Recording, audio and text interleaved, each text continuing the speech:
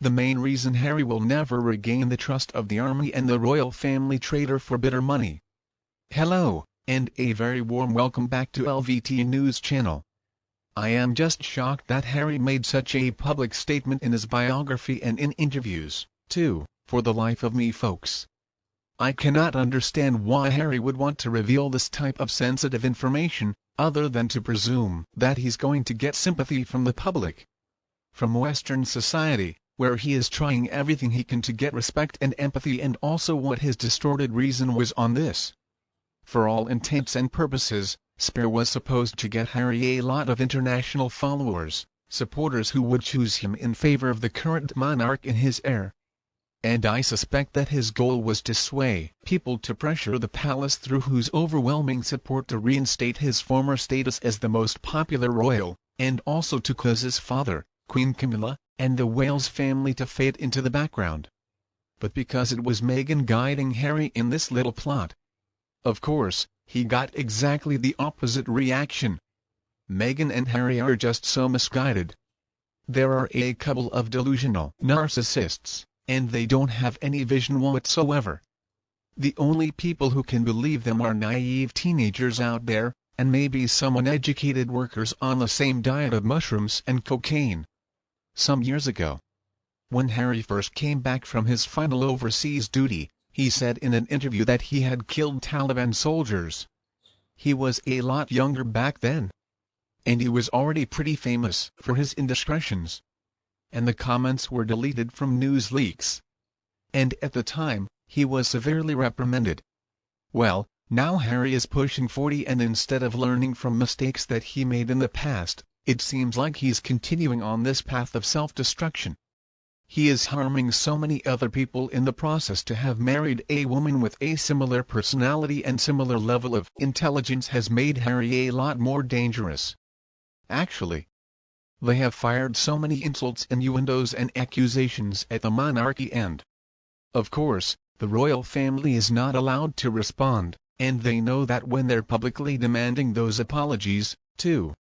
Harry has always been quite extroverted, and he has always been after the limelight. And he has caused a lot of embarrassment due to his little pranks. But still, at least he seemed likable and he got away with a lot. But by bragging about killing other soldiers in action, Harry really is insulting his military training.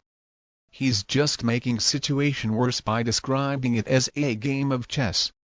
There is no war veteran I have ever come across who has talked about this part of their military history with me, including my own father, who was really damaged by the time that he spent in war.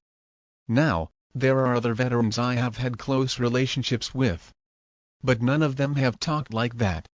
Of course not. They would never do that.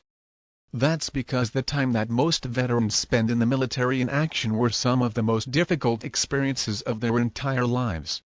They don't want to reflect back on it with pride. I mean, sure, they have pride that they serve their countries, but they do not feel pride in the lives that they took. Because it's not like there was any war where only the enemy got killed. No, no. Every veteran I know doesn't want to talk about that kind of stuff, because then they're going to remember all the lives that were lost. And that stuff is incredibly painful to sort through. There are so many people who have won medals of bravery for helping to save fellow soldiers.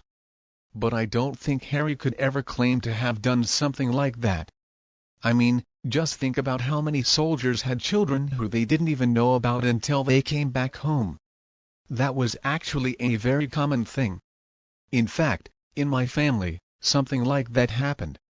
My grandfather actually was home for a brief visit, and then he got deployed again. And while he was gone, he ended up having a son that he didn't even know about until he arrived home. Now, my grandfather served in the First World War, and he had such a difficult experience. He saw things that he wouldn't even talk about, things that still bothered him until he took his very last breath.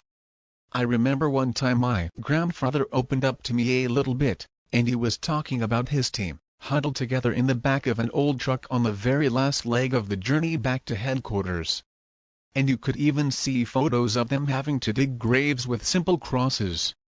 And there was a helmet in place.